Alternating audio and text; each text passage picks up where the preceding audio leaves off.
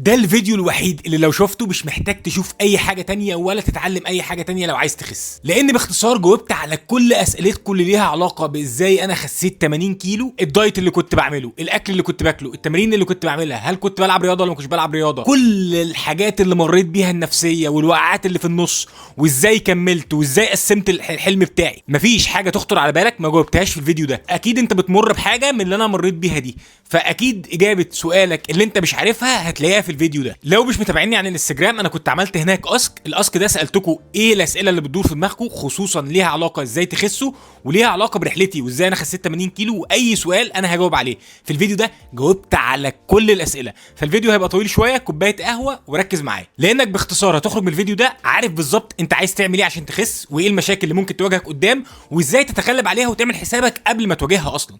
فمن الاخر الفيديو ده دليلك الشامل لو انت عايز تخس بشكل صحي من غير اي مشاكل، فركز فيه للحد الاخر لانه هيفرق معاك جدا، واكيد هتلاقي اجابه سؤالك وسط الاسئله كتير قوي اللي اتسالت. انا حسن قعود، اخصائي تغذيه وكوتش معتمد، خس 80 كيلو من وزنه وساعد الاف الناس من اللي بيتابعوه على السوشيال ميديا ان هم يخسوا، واعتقد انك لو شفت الفيديو ده لاخره هتبقى من ضمن الناس اللي خست بسبب الفيديوهات دي اللي على السوشيال ميديا، لان من الاخر الفيديو ده فيه خلاصه 12 سنه هتاخدهم في كام دقيقه. يلا بينا كوبايه القهوه بتاعتك ونخش في الموضوع على طول.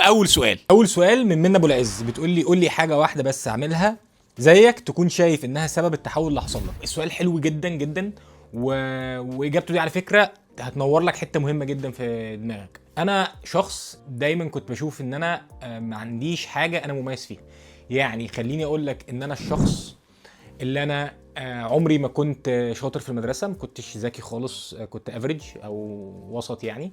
عمري ما كان عندي موهبه، عمري ما كنت لعيب كوره جامد، عمري ما كنت بعرف اعزف، عمري ما كنت بعرف ارسم، مفيش حتى البلاي ستيشن لما كنت بلعبه ما كنتش جامد فيه، مفيش حاجه جامد فيها. فلما قعدت اسال نفسي ايه الحاجه اللي ربنا مديهاني انا مميز فيها، لقيت ان هي الانضباط. انا شخص منضبط جدا جدا جدا، والانضباط ده هي بيبقى فيه جزء منها زي ما يكون ربنا زرعه فيك، وفي جزء انت بتنميه.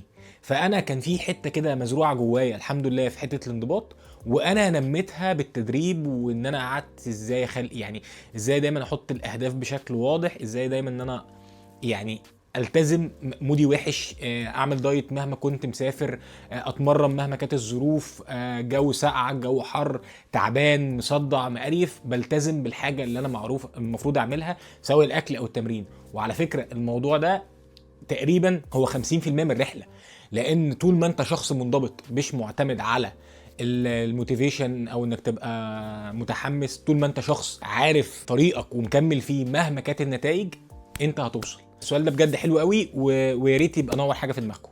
فمن الاخر انا الحمد لله شخص منضبط. انا هديكم مثال، اليوتيوب ده انا بادئ اليوتيوب ده بقى لي اكتر من 6 شهور ومفيش نتائج خالص. ممكن يكون بسبب ان انتوا بتتفرجوا على الفيديو وبتنسوا تعملوا لايك، ممكن تكون بسبب ان انتوا مش بتشاركوا، مش بتعملوا سبسكرايب، بالرغم ان في ناس بتتفرج على الفيديوهات بس مش بيعملوا اشتراك في القناه. ف يعني مش النتائج مش احسن حاجه، ما بتدخليش فلوس، ما بكسبش منها، مش زي بقيه البلاتفورمز اللي هي انا الحمد لله بعمل فيها مشاهدات عاليه. انا حطيت على نفسي لود ان انا كل يوم 3 الساعه 6 هنزل لكم فيديو، مهما كان التفاعل بتاعكم، مهما كانت النتائج، مهما كان ان انا بصرف على الفيديوهات من غير ما اخد منها فلوس، انا مكمل في الطريق. وان شاء الله يوما ما ممكن يكون في الفيديو ده انتوا تحسوا كده ان انا تعبت شويه فتعملوا لايك وسبسكرايب وكده، فانا مكمل في طريقي. هي دي معنى كلمه الانضباط مهما كانت النتائج. السؤال الثاني من معتز انس، عملت ايه مع الجوع خصوصا انك خاسس رقم كبير؟ اجابه السؤال بسرعه كده، انا مش بجوع اصلا. طالما انت سايب نفسك ان انت تجوع عمرك ما هتعرف تكمل في الدايت. الدايت مش معناها ان احنا نجوع ولا ان احنا نجوع نفسنا ولا ان احنا نبقى مش عارفين ولا نشتغل ولا نذاكر ولا نتمرن ولا نعمل اي حاجه. الدايت هو المفروض ان انت تبقى شبعان منه، الدايت هو المفروض ان انت تبقى نفسيتك كويسه فيه، الدايت هو الحاجه اللي تعرف تكمل عليها. فباختصار انا مش بسيب نفسي ان انا جوع. طب ازاي؟ بالرغم ان انا كنت ببقى في عجز من السعرات، انا كنت بعتمد في الدايت بتاعي على بروتين عالي، على كربوهيدرات متوسطه، والياف عاليه من الخضروات. فكنت بتبقى دايما معدتي شبعانه جدا، فكنت بدخل اكل سعراته قليله بس هو اكل كتير. فانا لما اكل مثلا وجبه فيها 300 جرام فراخ، 100 جرام رز، فيها 200 جرام بطاطس مثلا، يعني فيها خضار مشوي، انا لو كلت الوجبه دي كلها انا مستحيل اجوع خلاص. بفطر فطار عالي البروتين، ما بحطش فيه كربوهيدرات، زي مثلا ان انا بفطر بيض معاه خضار، معاه مثلا زيت زيتون او معاه كبشه مكسرات. فنوعيه الاكل ده بتخليك ان انت شبعان بتخلي عندك ان انت مش بتفكر في الاكل، فبالتالي لما تبقى شبعان ومش بتفكر في الاكل مش بتكريف اكل، فمش بتبقى عايز تاكل حاجات فيها سكر، فبالتالي ان انت ايه بتعرف تكمل على الدايت. فاجابه السؤال باختصار، اوعى تسيب نفسك جعان لو انت عايز تعمل دايت. الدايت مش معناها ان انت تبقى جعان. سؤال من عاليه بتقول لي عملت ايه مع الترهلات خصوصا انك خاسس رقم كبير. السؤال بتاع عاليه ده مهم جدا. ليه السؤال بتاع عاليه ده مهم جدا؟ لان دايما الناس اللي بتبقى عايزه تخس، خصوصا اللي عايزه تخس رقم كبير، بيبقوا خايفين من قصه الترهلات. موضوع الترهلات ده شويه يعني تريكي. ليه؟ اللي بيحدد وجود الترهلات من عدمها، اولا انت هتخس رقم كبير ولا صغير، ثانيا طريقه خسانك انت هتخس ازاي. فخلينا نقول ان انت لو ناوي تخس عن طريق عمليه او حقن، كده كده هيحصل لك ترهلات، لان انت ما بتبقاش متحكم في نزول الوزن، فممكن تنزل رقم كبير في وقت قصير، تمام؟ فبيبتدي يحصل الترهلات. وللاسف الناس اللي بيحصل لها ترهلات دي بتقول لك يا ريتني ما خسيت حتى، لان بيبقى ترهلات شكلها صعب جدا جدا جدا. طيب انا بقى في رحلتي انا عملت ايه عشان قصه الترهلات؟ اولا انا ما كنتش بالخبره اللي انا فيها دلوقتي، فما كانش عندي النوليدج او العلم اللي عندي دلوقتي، لكن كنت بتعلم في الطريق. انا من الحاجات اللي انا عملتها في الاول ان انا ما كنتش بخس ارقام كبيره، يعني كنت بخس مثلا انا خس رقم كبير، فكنت بخس 9 كيلو في الشهر، 8 كيلو في الشهر، مش عارف ايه الكلام ده كله. فخسيت على مدار فترات طويله. فكنت بعمل ايه؟ كنت بخس بطريقه مش سريعه. فرقم واحد، عشان تخس من غير ترهلات ما ينفعش تخس رقم كبير مره واحده، ما ينفعش يحصل دروبات اللي هو تلاقي فجاه خسيت 30 كيلو، فجاه خسيت 20 كيلو. الكلام ده هو اللي بيعمل الترهلات. تاني حاجه علشان كده الحقن والعمليات بتعمل ترهلات، لانك مش متحكم في الوزن اللي بينزل، فبتنزل رقم كبير مره واحده. تاني حاجه ان انت بتركز في اكلك على البروتين، وبتركز في تمريناتك على تمارين اللي فيها حديد، اللي هي تمارين المقاومه، سواء احنا اولاد او بنات، علشان نحافظ على الكتله العضليه. ونحاول كمان ان احنا واحنا بنخس يعني نحافظ عليها، يا كمان نزودها، بحيث ان هي تخلي شكل الجلد احسن. تالت حاجه ان احنا نركز في التفاصيل الصغيره، زي ان احنا نشرب ميه كويس، زي ان احنا ننام كويس، زي ان احنا نتعرض للشمس كويس، الفيتامينز والمينرالز اللي احنا ناخدها، كل الحاجات، يعني فيتامين اي، فيتامين سي، فيتامين دي، كل الحاجات دي لو ركزنا فيها وكنا هادين واحنا بنخس، هنوصل للجول بتاعنا بمنتهى السهوله. طيب لو انا خس رقم كبير قوي مثلا زي كده 80 كيلو، كده كده يحصل ترهلات، بس شكل الترهلات ممكن يتحسن بنسبه 70 و80%. لكن لو انت خاسس، واحده عايز تخس 10 كيلو 15 كيلو ومشيت بالطريقه اللي انا قلت عليها دي، مش هيحصل ترهلات، وهيبقى شكل جسمها كويس جدا ومفيش فيه اي مشكله. 30 كيلو مثلا في سنه، واحد عايز يخس 30 كيلو في سنه، برده مش هيحصل ترهلات لو مشي صح وبالطريقه اللي انا قلت عليها دي. بيخس في الشهر 3 كيلو 4 كيلو، مهتم بالبروتين انتيك، بيتمرن، بينام كويس، بيشرب ميه كويس، بيتعرض للشمس، بياخد الفيتامينز بتاعته، مش هيحصل ترهلات. فدي اجابه سريعه مختصره للسؤال بتاع الترهلات. سؤال من انجي ايمان، وهو الصراحه سؤال حلو جدا، بتقول ازاي كنت واثق في نص الرحله انك هتوصل للي انت عايزه؟ السؤال ده جميل. اولا احنا كبني ادمين مطلوب مننا ان احنا نسعى، النتائج مش بتاعتنا. طبعا انا ما كنتش بالنضج ولا بالفكر ده ساعتها، انا كنت عيل صغير. لما كبرت شويه ونضجت عرفت ان كده كده انت المفروض تعمل اللي عليك، ربنا طلبك انك تعمل اللي عليك، انك تسعى وتحاول. فكره النتيجه مش بتاعتك، يعني دي مش بتاعتك. بس خليني بقى اجاوبكم برضو بالسؤال بالشق اللي هيريحكم شويه، او اللي حصل معايا.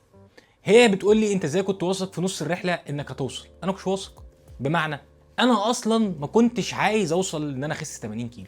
انا بادئ الرحله دي يا جماعه بان انا عايز اخس 10 15 كيلو، بدل ما البس 4 اكس لارج البس 3 اكس لارج، وايه ان انا ارجع تاني اعرف اتنفس كويس وخلاص. فما كنتش حاطط في دماغي الرقم الكبير ده، وبصراحه هو ده السبب الرئيسي ان انا خسيت. لان انا لو كنت حاطط في دماغي ان انا هنزل الدروب الكبير ده، عمري ما كنت هحس ان الموضوع قريب. فكنت دايما هحس ان انا ديبريسد، او ان انا دايما مكتئب، او ان انا دايما مش قادر، او ان انا دايما مش عايز اكمل. فانا باختصار وبشكل عفوي، بشكل غير مقصود، بس انت ممكن تطبقه دلوقتي بشكل مقصود وشكل مش عفوي، وشكل وانت واخد بالك منه، لان في حد مر بالتجربه فممكن يقولها لك. انا ما كنتش عامل حسابي ان انا اخس الرقم ده، فانا كنت بقسم الاهداف بتاعتي لاهداف صغيره. عايز اخس 10 كيلو، طيب حلو قوي جبتهم، اخس 20 كيلو، حلو قوي جبتهم، اخس 30 كيلو، 40 كيلو، 50 كيلو، وهكذا لحد ما اوصل لل 80 كيلو. فهو الموضوع من الاخر قايم على ان انا قسمت الهدف لاهداف صغيره. فانا دلوقتي خسيت 20 كيلو وانا في نص الطريق مثلا، او في اول الطريق، فبفكر في 10 كيلو كمان، فجبتهم، فبفكر في 10 كيلو كمان. لحد ما بقيت بقى ايه الانسان طماع ان انا اوصل بقى افكر في ان انا 6 باكس، افكر في ان انا ب 10% دهون والكلام ده كله. فانا نصيحتي ان انت تتوكل على الله وتبدا، لان لو بدات احتماليه انك توصل 50-50، لو ما بداتش احتماليه انك تبقى اسوأ 100%. فابدا قسم الهدف بتاعك لاهداف صغيره، كده كده هتوصل. السؤال اللي بعد كده من شروق محمد، بتسال ازاي نحسب سعرات جسمنا عشان نقدر نعمل عجز ونخس. وعلى فكره السؤال ده متكرر، فمثلا متسال حد ساله 3-4 مرات، فهجاوبه مره واحده وخلاص وهو يبقى شامل كل الناس. بصوا السؤال ده مهم، علشان عمرك ما هتعرف تخس الا لو انت في عجز من السعرات وبتاكل اقل من السعرات اللي انت بتحرقها على مدار اليوم. خلينا نقول ان انت لازم تبقى عارف الاول البي ام ار بتاعك، البيزل ميتابوليك ريت، معدل حرق جسمك لو انت ما بتعملش اي حاجه هو كام بالظبط. الطريقه السهله انك تعرف البي ام ار بتاعك هو انك تعمل ان بودي في الورقه الاي 4 الكبيره دي، هتلاقي رقم مكتوب على الشمال اسمه بي ام ار، ده معدل حرق جسمك لو ما عملتش اي حاجه تاني خالص. تمام. وبعدين بيبتدي ان انت تشوف لو نشاطك، اللي انا الارقام اللي انا بقولها دي تقريبيه، لو نشاطك منخفض في تضربه في 1.2، لو نشاطك متوسط تضربه مثلا في 1.4، نشاطك عالي تضربه في 1.6 او 7، هيطلع لك رقم. ده معدل حرق جسمك تقريبا في اليوم.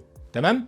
طيب انت بقى عايز تعمل عجز في السعرات، ابتدي ان انت نقص مثلا 500 سعر حراري، وليكن مثلا 10% 15%. تمام. ابتديت ان انت اول اسبوعين دول اعتبرهم ان هم اختبار. لو انت بعد اسبوعين لقيت نفسك ان انت بتخس يبقى انت تمام، انت ماشي في المعدل المظبوط وانت كده عامل الحسبه صح. لو لقيت نفسك ثابت لا، يبقى انت محتاج تعمل عجز اكتر في السعرات. تمام. الحسبه اللي انا قلتها دي الاقرب للصح. تمام. بس مفيش حد بيخش جوه جسم حد ويعرف قد ايه معدل الحرق بتاعه.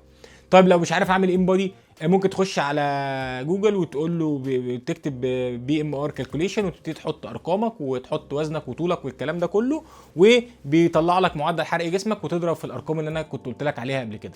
وهو الموضوع زي ما انا بقول لك ترال اند ايرور شويه، تبتدي تحاول ان انت تعرف تقريبا انت الصح بتاعك فين. وحاول لما تيجي تعمل عجز السعرات ما تعملش عجز السعرات كبير قوي علشان ما تخسش رقم كبير قوي وتخسر عضلات والدنيا تبوظ منك، وبعدين تيجي الشهر اللي بعده تيجي تعمل خطه ما تعرفش تعملها اصلا. فده باختصار الرد على السؤال ده. سؤال من بوسي فتحي بتقول عندي ثبات في الوزن بقالي شهور، اعمل ايه؟ معنى ان احنا عندنا ثبات في الوزن، وكويس السؤال ده اترد عليه بعد السؤال اللي فات، ان احنا مش عاملين عجز في السعرات مظبوط، وكمان الماكروز بتاعتنا اللي هي يعني ايه ماكروز، يعني البروتين والفاتس والكربوهيدرات بتاعتنا مش مظبوطه. فاحنا محتاجين ان احنا نروح نعدل في السعرات، نزود في النشاط، يعني لو بنتمرن نزود في التمرين، نزود يوم مثلا، لو بنتمشى نزود يوم في المشي او نزود 10 دقائق كل يوم، ونغير في معادله البروتين والكربوهيدرات والفاتس، نخلي البروتين اعلى شويه، نقلل في الكربوهيدرات ونعلي في الدهون، ونبتدي ان احنا نتراك يا جماعه، او نبتدي ان احنا نبص بعد شهر، يعني نغير خطه ونقعد شهر نركز على الخطه دي ونمشي عليها مظبوطه وبعد كده نشوف. لكن مش كل يوم بقف على الميزان واقول انا ثابته، ما هو ما فيش حد بيقف على الميزان كل يوم. فده موضوع مهم جدا جدا جدا. طيب السؤال اللي بعده ايمان محمد بتقول ازاي اتخلص من هجمات الفجع اللي بتحصل في نص الدايت، نهم السكريات الدايم على طول. طالما انت جعانه هيحصل لك نهم للسكريات، دي قاعده عامه. تمام. وطالما انت عطشانه تشربيش ميه كويس هيحصل لك نهم للسكريات. فزي ما كنت اتكلمت قبل كده في بدايه الفيديو، يا جماعه احنا ما ينفعش نجوع في الدايت. الناس اللي عندها قابليه لزياده الوزن زي حالاتي كده، دي ما ينفعش تسيب نفسها ان هي جعانه. انا على طول مش ممتلئ على الاخر، بس على طول مش جعان. انا على طول في سكيل كده اللي هو في 8 كده، اللي هو ولا واصل لل10 ولا انا في ال4 5 وميت من الجوع وهموت واكل. لا، لازم دايما ابقى جسمي شبعان واكل كويس، علشان ما اقدرش ان ما اضطرش ان انا الجا لحته ان انا اجوع، فلما اجوع ابتدي ان انا عايز سكريات ويحصل لي شراهه للحلويات وبتاع. طيب يبقى انا هزود البروتين بتاعي، هزود الخضار بتاعي، هزود شرب ميه. تمام. لو عملت 3 حاجات دول 100% تمام، السكريات هتقل والنهم بتاع الجوع هيقل، وهيفرق معانا بشكل كبير جدا جدا جدا. في سؤال من محمد ثروت بيقول ازاي استمر في التمرين والدايت لحد ما انزل في الوزن. الحقيقه ان السؤال صياغته مش صح. طالما انت سائل السؤال بالصياغه دي يبقى انت في حاجه في طريقه تفكيرك مش مظبوطه. بمعنى انت ما ينفعش ان انت تفكر انك عايز تعمل دايت وتمرين وتستمر عليهم لحد ما تخس، لان انت مش هتخس وتستمر على الوزن اللي انت وصلت له الا لو الموضوع بقى لايف ستايل. طول ما الموضوع رايح جاي، طول ما الموضوع انا بس هعمل دايت لحد ما اخس، انا بس هعمل تمارين لحد ما اخس، عمرك ما هتوصل لحاجه. انت لازم توصل لمرحله انك تبني العاده. فلما هتبني العاده هتعرف ان انت تستمر وتخس وتكمل. لكن طول ما انت رابط ان انت تخس بحاجه تانية، يعني بان انت بس عايز تخس طول ما انت رابط ان انت هتستمر في الدايت والتمرين لحد ما تخس، عمرك ما هتخس. فحط في دماغك ان انت هتشتغل، هتعمل دايت، هتعمل تمرين، هتقعد فتره طويله تعمل كده، فهتبني العاده فهتخس. دي اجابه السؤال باختصار. انت لو فكرت يعني سبحان الله، انت سائل السؤال حتى بطريقه توصلك فعلا انك ما توصلش الهدف بتاعك. السؤال اللي بعد كده من نادر، هو فوق ال 180 كيلو، بيقول ايه هي كميه البروتين اللازمه علشان البناء العضلي، وكمان بيقول ان هل نزول 2% من الوزن في الاسبوع صح ولا لا، وايه حل الترهلات. احنا الترهلات خلاص قلناها في اول الفيديو. كميه البروتين الكتب يعني بي ان مثلا انا واخده بيقول لك انت تاكل من 1.6 لحد 3.2 تقريبا. ده لو انت 3.2 الارقام العاليه دي طبعا لو انت برو اثليت بقى وموضوع كبير قوي. انا بشوف ان الحاجه الكويسه خليك من 1.8 ل 2.2، ولو فعلا عايز ان انت تبني عضلات كمان خليك في 2.2. ده هيخليك ان انت تحافظ على العضلات وممكن تبني عضلات كمان وانت بتخس، بس لازم تعمل معاها تمارين مقاومه وتنام كويس جدا جدا، لان ده بيفرق جدا في حته البناء العضلي. اما بالنسبه موضوع 2% يعني تقريبا هو عايز يخس 3 كيلو و600 جرام في الاسبوع، يعني حوالي 14 15 كيلو في الشهر، يعني معدل عالي نسبيا. فخليك احسن في ال10 كيلو وخليك في ارقام احسن ما تحبطكش.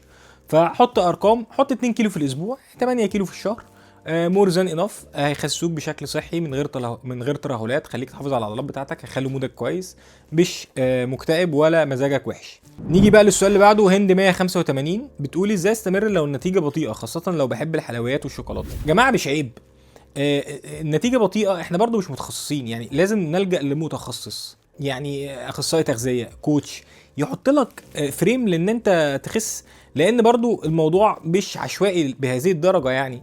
فلو انت ما بتعرفش تساعد نفسك لازم حد يساعدك.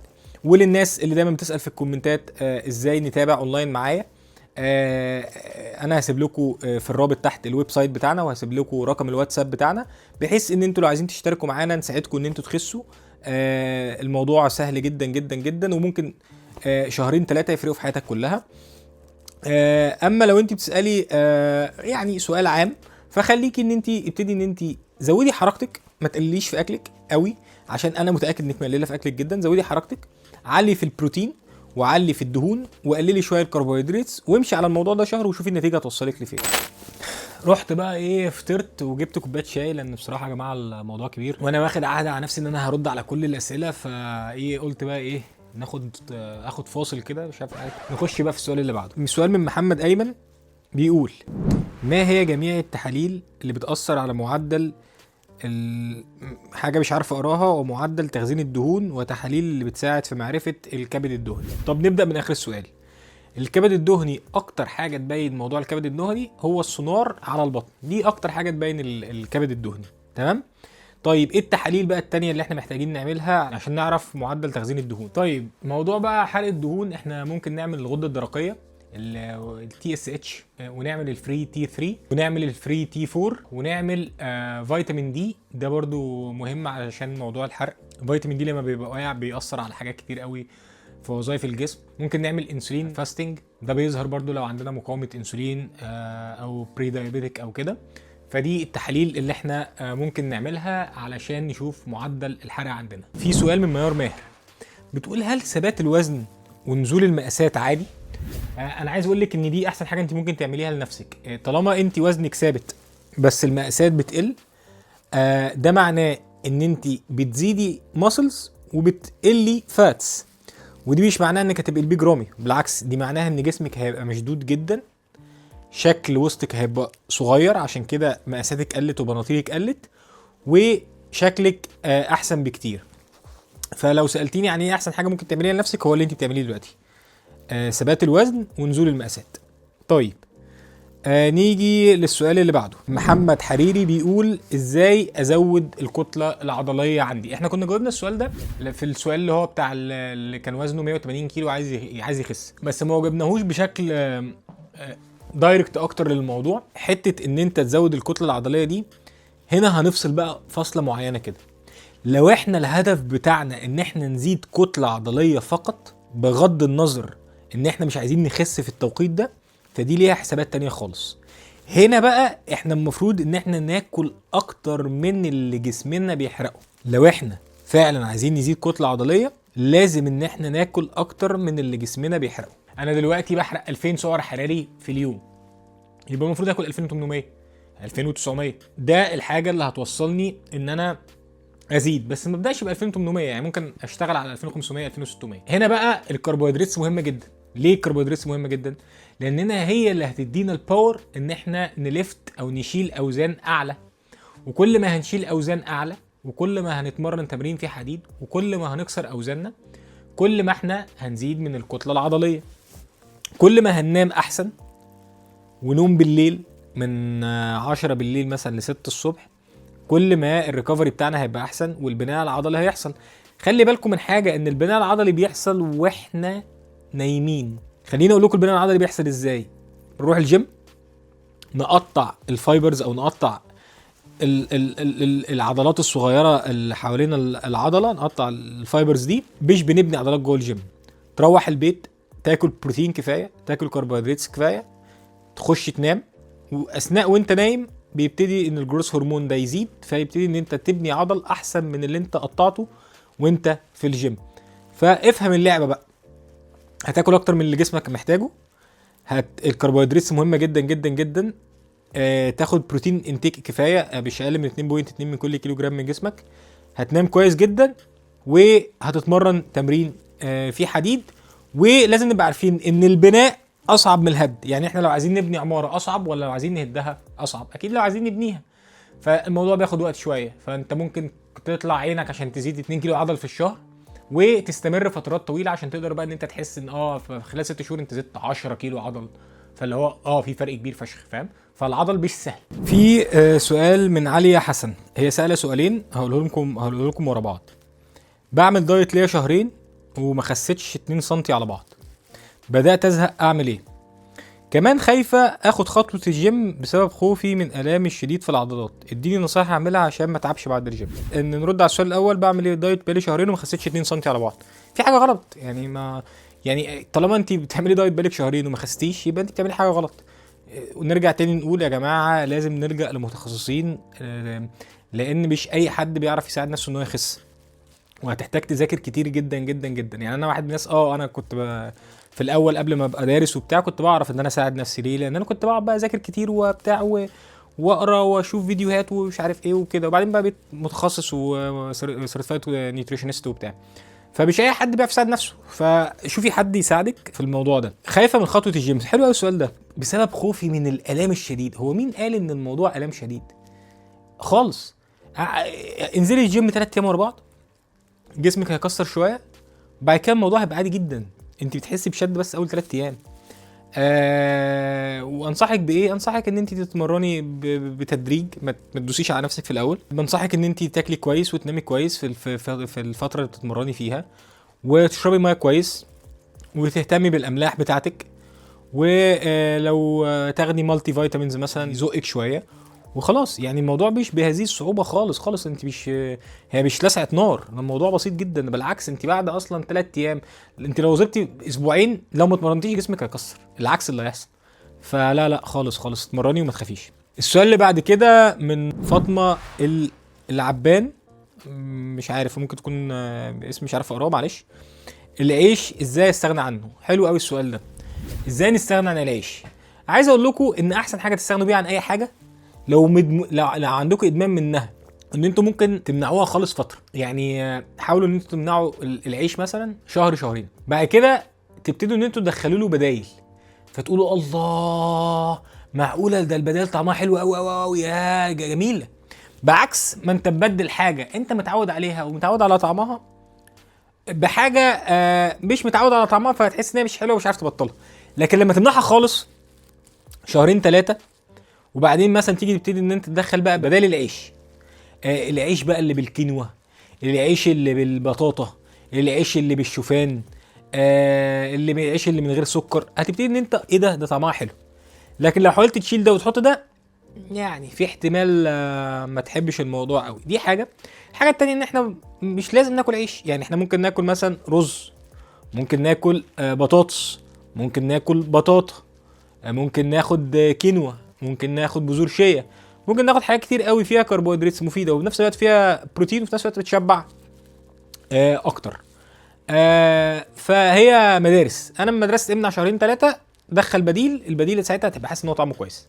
في جيلان سرحان بتقول انسبيريشنال ستوري، وان انا بكير اباوت اذر بيبل، وان انا نوت كوميرشال، مش تجاري. عايز اقول ان لما بيجي لي حاجات زي دي ببقى في قمه سعادتي، وبجد شكرا. وانا بحاول على قد ما اقدر، ساعات بقع وساعات بغلط، بس بحاول على قد ما اقدر ان انا يعني انا حاسس باللي الناس بتمر بيه في موضوع زياده الوزن، فبحاول على قد ما اقدر ان انا اسهل عليهم الرحله يعني. فبجد شكرا جدا جدا يعني. في مي جنبي بتقول كيف انحف وانا عندي تكيس مبايض، وزني عالي وعندي اصابه بركبتي وما اقدر اسوي تمارين والحركه صعبه. يعني بما ان انا عندي تكيس مبايض، فاحنا المفروض نبقى ماشيين على نمط غذائي صحي، نبقى ماشيين على صيام متقطع، لو كارب، بنعمل تمارين فيها مقاومه. عندي اصابه بركبتي يا جماعه، مش معنى ان احنا عندنا اصابه ان احنا نتمرنش.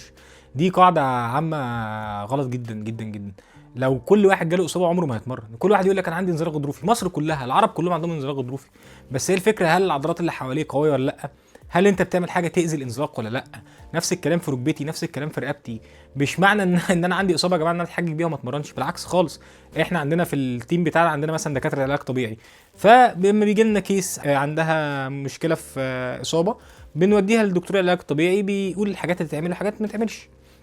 وعلى فكره تكيس المبايض عندنا اخصائيين تغذيه ليهم متخصصين في تكيس المبايض، في امراض مزمنه، في الكلام ده كله، بيدوا جايدنس. يا جماعه مش معنى ان احنا عندنا مرض مزمن او اصابه مزمنه او غير مزمنه ان احنا خلاص ما نتحركش. بالعكس، ده اصلا ان احنا قاعدين هو اللي وصلنا لكده.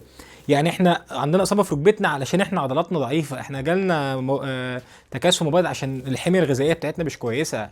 فيا جماعه المفروض نفكر بالعكس. في مروه بعت سؤال غريب جدا، بتقول عاملين دايت البيض اسبوع بس بيض وخضار وعشاء زبادي، ايش نسوي بعد هذا الاسبوع؟ صيام متقطع ولا شو؟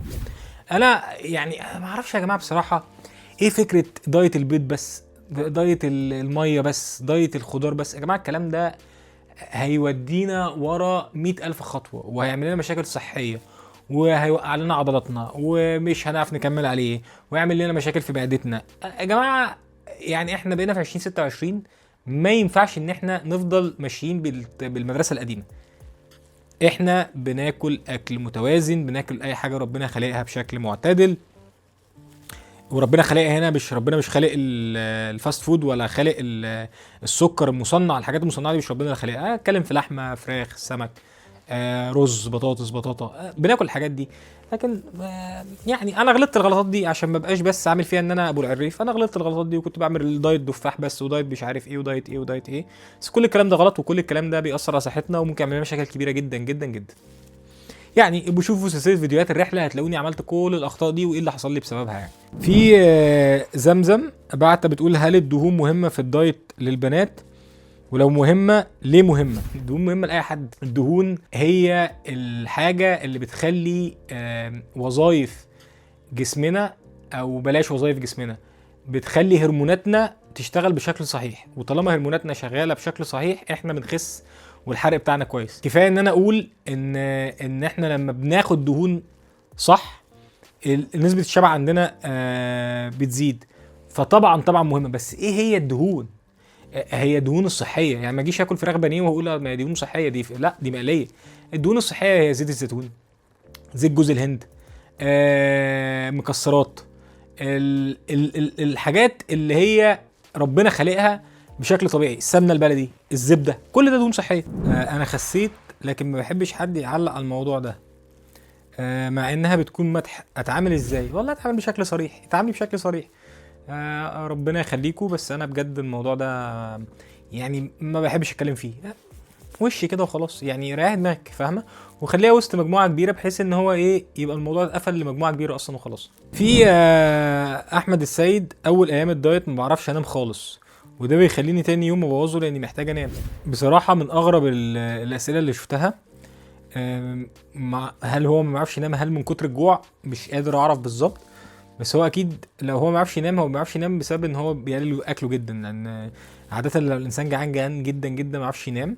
فراجع الدايت بلان اللي انت عاملها، لان هي غالبا كده فيها حاجه مش مظبوطه يعني. في سؤال من محمد خليل: ايه سبب اني مش بزيد عضل ولا بنزل دهون مع اني بلعب 3 ايام مقاومه ويوم كارديو ومقلله الكارب بنسبه 70%؟ انا اعتقد ان احنا مش بناخد بروتين كفايه، واعتقد ده ممكن يكون سبب رئيسي. تاني حاجة، احنا ممكن نكون مزودين الانتنستي قوي او الشدة قوي في التمرين، فجسمنا مش بياكل كفاية، فمش بيحصل ريكفر، فمش بنبلت ماسلز. ولازم نعرف ان جيناتيك احنا بنختلف عن بعض. في ناس عندها ان هي تجين ماسلز وتلوز فاتس، الموضوع مش سهل خالص وبياخد وقت. فاحنا لازم نغير في الحمية الغذائية ونزود البروتين، ونتاكد ان احنا مش بنتمرن عشوائي، لا احنا بنعمل حاجه اسمها بروجريسيف اوفرلود، مركزين جدا ان احنا كل مره بنزود اوزاننا. ما عرفناش نزود اوزاننا، هنزود السيتس، هنزود الريبس، المهم ان احنا نكمل على قد ما نقدر. في سؤال من اميره بتقول: التزمت بالدايت والتمرين وخسيت 25 كيلو، برافو، بعدين زهقت وفقدت شغفي ورجعتهم تاني، ازاي ارجع شغفي تاني؟ بصي، طالما زهقتي وتعبتي يبقى انت ما بنيتيش العاده. لازم تبني العاده، لان موضوع الشغف ده احنا ما ينفعش يا جماعه نتكل على الشغف. الشغف ما بياكلش عيش. يعني الشغف ده ممكن يبقى موجود النهارده والشهر الجاي كله ما يبقاش موجود. فانا لازم اعتمد على العاده، واعتمد على الروتين، واعتمد على ان انا بعمل الحاجه دي مهما كانت الظروف. فمن الواضح ان انت كنت عامله حاجه صعبه جدا، حاجه مش قادره تخليها عاده، فمش عارفه تستمري عليها، فوقعتي وعارفه اللي هو رميت الفوطه بقى، انا زهقت، انا تعبت، انا بتاع. فلازم تبقى بتعملي حاجه مش مزهقاكي لهذه الدرجه يعني. اسئله قربت تخلص على العموم، لان انا كمان جبت اسئله من حاجات كانت قديمه. في سؤال من مروه بتقول: هقدر ابدا رياضه وانا عندي 38 سنه؟ عمري ما مارست رياضه قبل كده. طبعا هتبداي، وينفع نبدا رياضه لو عندنا 65 سنه وعندنا 70 سنه، ونبدا رياضه من اول مره. 38 سنه مش كبيره اصلا. طبعا طبعا طبعا طبعا طبعا ينفع تبداي. وعايز اقول لك ان انت كمان اللي هيحصل في جسمك، واللي هيحصل في مودك، واللي هيحصل في طريقه تفكيرك اضعاف اضعاف كمان من اللي كانوا بيتمرنوا على طول. لان انت هتجربي حاجه جميله جدا جدا جدا لاول مره، تاثيرها هيبقى قوي جدا جدا عليكي فوق ما تتخيلي. فطبعا ينفع. ويا جماعه الرياضه ملهاش سن، بالعكس، ده احنا كل ما نكبر كل ما نكون محتاجين رياضه اكتر. في سؤال من سلمى القاضي بتقول: نفسي اخس والاراده صفر، في حاجه اخدها تسد الشهيه؟ وزني زاد بعد الولاده، قبل كده كنت 70 حاليا 100، محتاج انزلهم تاني. يعني انا عايز اقول بس لسلمى، موضوع الاراده ده زي ما اتكلمنا ما ينفعش ان احنا نعطل عليه. مفيش حاجه بتسد الشهيه، بس في اكل. يعني انا ضد الادويه، بس في اكل زي بذور الشيا مثلا. خدنا كوبايه ميه، حطينا فيها معلقتين بذور شيا، وسبناها تتنقع ساعتين، وشربنا البذور الشيا دي، هتقفل معدتنا قفله غير طبيعيه. لو كلنا بروتين كفايه، كلنا دهون كفايه، كلنا خضار كفايه، معدتنا هتقفل جدا جدا. ونصيحتي ليكي: قسمي الهدف بتاعك، ما تبقيش من 100 ل 70، لا، فكري انك تقسميهم شويه بشويه. السؤال اللي بعد كده من السماني خضر: عمرك قد ايه واخدت وقت قد ايه لتضعف، وهل العمر بيأثر؟ انا عندي 33 سنه. خدت قد ايه وقت عشان اخس؟ خلينا نقول 3 سنين. بس عشان اوصل للشخص اللي قاعد قدامكم، او علشان ابقى فت، لا، الموضوع خد فتره كبيره، خد 7 سنين او 6 سنين، لان انا كنت بترايل اند ايرور وبتغير وبروح وباجي وبتاع. بس خلينا نقول ان الثلاث سنين لحد عايز يخس رقم بقى 100 كيلو و90 كيلو وبتاع، وعايز يخس بشكل صحي وشكل كويس، 3 ل 4 سنين كويسين جدا جدا. وعلى فكره ابحاث اكدت ان الشخص بيحتاج 5 سنين علشان فعلا يخس وما يرجعش تاني، عشان يتعود على العاده. فطالما انت قدرت ان انت تمشي على نمط صحي سواء دايت او تمرين 5 سنين، تقدر تكمل عليه بقيه حياتك. هل العمر بيأثر لما بنكبر في ان احنا ننزل؟ لا، مش التأثير القوي ده يا جماعه. يعني متأثر 5%، 6% من توتال حرق جسمك، ولا اي حاجه ولا اي حاجه. فما تحطوش في دماغكم كده يا جماعه خالص يعني. في فاديه بتقول 15 سنه بجرب انزل وزني، مفيش فايده، فكرت بقص المعده بس خفت شو الحل، تعبانه كتير. انا عايز اقول ان حرام تعملي كده بجد، وان معظم الناس اللي بتتابع معايا اونلاين دلوقتي اوريدي عاملين عمليات، سواء بالونه، عاملين شفط دهون، عاملين قص معده، عاملين تحويل مسار. بجد بجد صحتهم متدهوره. رجعوا زادوا تاني، جالهم ترهلات، صحتهم تعبت، عايشين على فيتامينات، ما بيعرفوش ياكلوا غير سكريات وكربوهيدرات واكل خفيف. مأساة يا جماعه، مأساة. لازم تقعدي تحاولي لحد ما توصلي، لان ما عندكيش حل تاني. هو الموضوع، انا في رحلتي مثلا قعدت سنين قبل ما انجح بحاول وبقع وبقوم، مفيش حاجة في الدنيا بتيجي من اول مرة، لازم نبقى فاهمين كده. في سؤال من اميرة بتقولي ممكن احس بالشبع ازاي؟ حرفيا يعني ما بقتش بحس بالشبع خالص، زي ما اتكلمنا قبل كده، ان احنا ما نعملش عجز كبير في السعرات، ان احنا ناكل بروتين كفايه، ان احنا نشرب ميه كفايه، ان احنا ناكل اكل بيشبع زي مثلا بذور الشيا. الحبوب عامه بتشبع جدا وبتملى البطن بشكل كبير جدا. ونبعد عن الحلويات، لان الحلويات بترفع الانسولين وبتخلينا ان احنا نجوع اكتر. في ياسمين نور بتقول مش عارفه ابدا ازاي. ابداي من اي نقطه يعني، وابدأي من ساعة ما تسمعي الفيديو. يعني ايه ابدأي من اي نقطة؟ يعني ايه ابدأي من ساعة ما تسمعي الفيديو؟ يعني اول ما تسمعي الفيديو بعد ما تخلصيه وتدوسي لايك طبعا، توقفي الفيديو وتروحي ان انت تبدأي دايت، ما تاكليش النهاردة بقيتي اليوم اكل مش صحي، وابدأي على الاقل انك تمنعي الاكل اللي مش صحي من اكلك، و10 دقايق مشي كل يوم. دي بداية سهلة، اي حد يعرف يبتديها، موضوع سهل جدا. وبعد كده ابتدي حسني الاكل الصحي، ابتدي احسبي بقى انت بتاكلي قد ايه في اليوم وكلي اقل منه. ال10 دقايق مشي يبقوا ربع ساعه، الربع ساعه يبقى نص ساعه، النص ساعه يبقى جيم. بس ابدأي، اللي هو الرسول صلى الله عليه وسلم احب الاعمال الله ادومها وان قل. باختصار ابدأي بحاجه صغيره، ابدأي دلوقتي وحسني فيها بعدين. في سؤال من شروق بتقول هو كان عندك مقاومة انسولين، وهل بتأثر على نزول الوزن؟ وهل صح الرجالة بتخس اسرع من البنات؟ وده ودول 3 اسئله يعتبر. طيب هل انا كان عندي مقاومة انسولين؟ كان عندي مقاومة انسولين. وهل بتأثر على نزول الوزن؟ بتأثر على نزول الوزن، بس هي ليها حل. خليني اقول لك ان الفيديو اللي فات ده على طول يا شروق كان بيتكلم اصلا عن مقاومه الانسولين، فممكن نخش نتفرج عليه بالتفصيل، هيحل لك مشاكل مقاومه الانسولين، مش هيحلها، هيعالجها تماما. بدليل ان انا قدامكم اهو ما بقاش عندي مقاومه انسولين الحمد لله، وخسيت والدنيا زي الفل. مقاومه الانسولين ليها علاجات يا جماعه. باختصار ان احنا نعمل حميه غذائيه تبقى لو كارب، هاي بروتين، نعمل صيام متقطع، نستمر، نعمل تمارين مقاومه ونتمشى. كل الحاجات دي بتساعدنا في موضوع مقاومه الانسولين، بس بشكل مفصل هتلاقوه في الفيديو اللي فات. هل الرجاله بتخس اسرع من البنات؟ ما تحطش في دماغك يعني بيخسوا اسرع من البنات، مش فارقه يعني. بس هو الرجاله فيهم ميزه شويه ان هم عندهم هرمون الذكوره اعلى، فبالتالي ان هم بيقدروا ان هم يجينوا ماسلز اسهل. ممكن يبقى شويه نسبه الحرق عند الولاد اعلى، بس يعني حاجه مش مهمه خالص، بس المدام بتخس عادي يعني، فما تحطيش في دماغك. اسراء المنشاوي بتقول اليوم الفري هو السبب اللي بيخليني ارجع. ما هو اصلا صياغه السؤال غلط، مفيش حاجه اسمها يوم فري. ما هو طبعا انت لو خدت يوم فري انت مش هترجعي، انت ترجعي اسوء من الاول. يا جماعه، يعني خلينا نقول ان اليوم الفري ده هو الكارثه اللي بتخليك كل ما قربت توصل للهدف بتاعك ترجع تاني لورا. اكنك بص هفسر لكم الموضوع باختصار. واحد مدمن تمام، قعد 3 شهور مبطل ادمان، بعد كده قعدته في قعده حلوه وخد المخدر بتاعه، هيرجع اسوأ من الاول. اصلا يا جماعه ما بتمشيش كده، يعني هو الحياه ما بتمشيش كده.